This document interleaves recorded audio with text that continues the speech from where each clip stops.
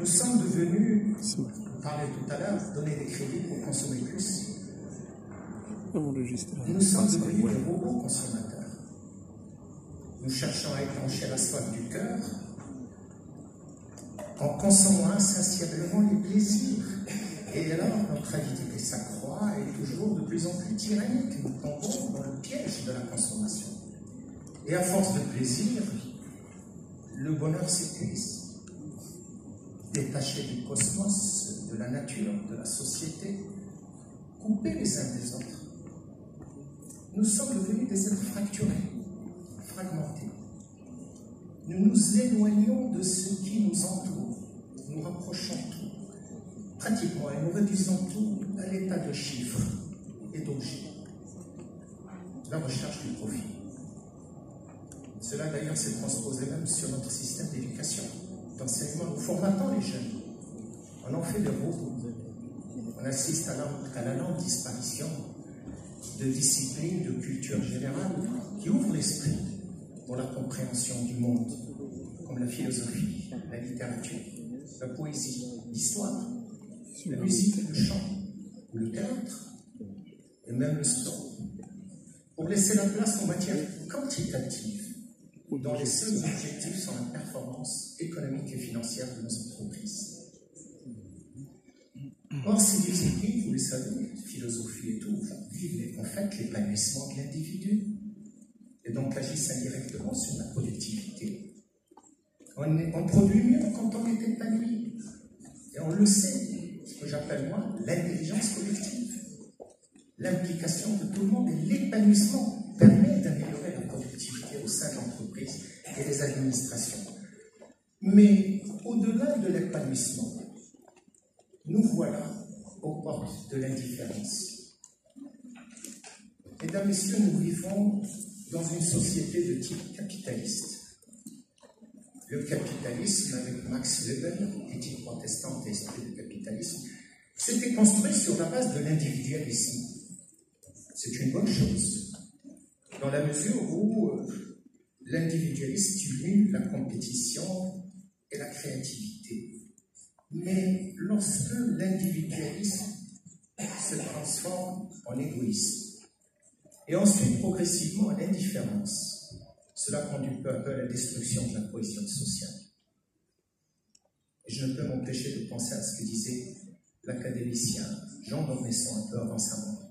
Vous, les jeunes, si un jour vous vous trouvez devant un choix difficile à faire, celui de choisir entre la misère et la souffrance, ou le rien, je vous conseille de choisir la misère et la souffrance, car dans le rien, il y a l'indifférence. Et l'indifférence, c'est la chose la plus horrible. Elle détruit le lien social. Alors, la solidarité, c'est le meilleur moyen pour lutter contre l'indifférence. Tout au fond de la solidarité, vous allez trouver l'amour. L'amour de soi d'abord, l'amour des autres, l'amour de l'humanité, l'amour de son pays. On n'a pas beaucoup parlé de patriotisme économique. L'amour de la nature, vers celui horizontal, au-delà duquel vous trouvez l'amour de Dieu. Nous devons alors, mesdames, messieurs, c'est là mes réflexions, concevoir un modèle où les principes de l'économie sociale et solidaire dominent. Un modèle à visage humain, où l'homme devrait être au centre du développement et non pas un objet de consommation et de croissance. Nous devons renforcer notre cohésion sociale et l'intégration de notre jeunesse. Nous devons renforcer les valeurs collectives sur lesquelles se construisent le vivre ensemble, la réussite de tous, que sont le respect, la solidarité et l'éthique.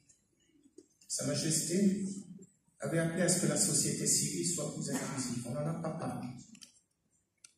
Elle doit être plus inclusive dans notre modèle de diffusion des valeurs collectives, la citoyenneté, le pacte social, le respect des lois. À commencer d'abord par ceux qui les font. Je rends hommage à la société civile marocaine, où les femmes jouent un rôle majeur dans le domaine de la citoyenneté, de l'éducation, de la santé, de la culture et de la protection de l'environnement. Alors faisons un rêve. Dans quelle mesure les politiques pourraient-ils se nourrir des actions ou des valeurs de la société civile? Renforcer le lien social.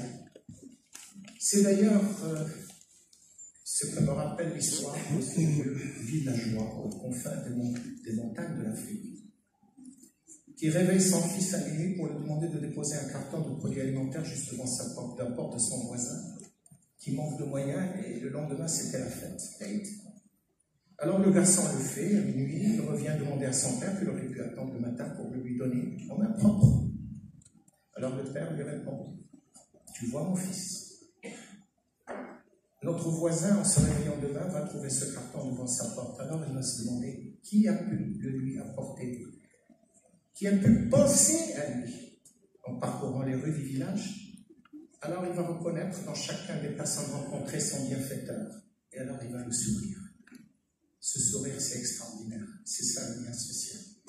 Et c'est ainsi, dit-il à son fils, que nous aurions contribué au renforcement du lien social, tout en luttant contre les sentiments d'isolation et d'aliénation.